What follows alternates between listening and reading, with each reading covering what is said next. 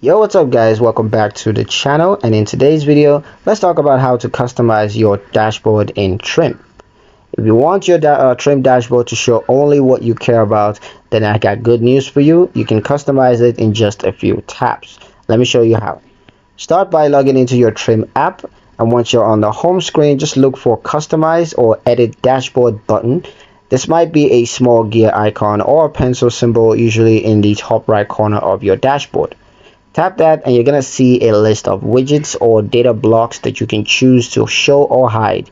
These might include monthly spending, subscriptions, upcoming bills, recent transactions, financial summaries, and savings tips.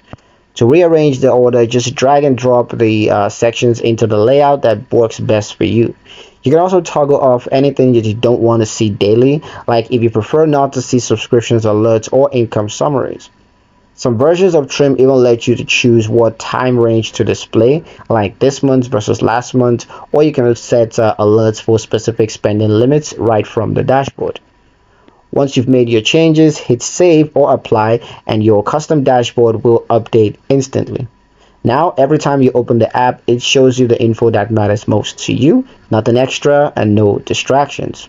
Next up, I'm going to show you how to find all your subscriptions with just one tap. So hit like and subscribe to keep leveling up your Trim game. Thank you guys for watching, and I'll see you in the next one.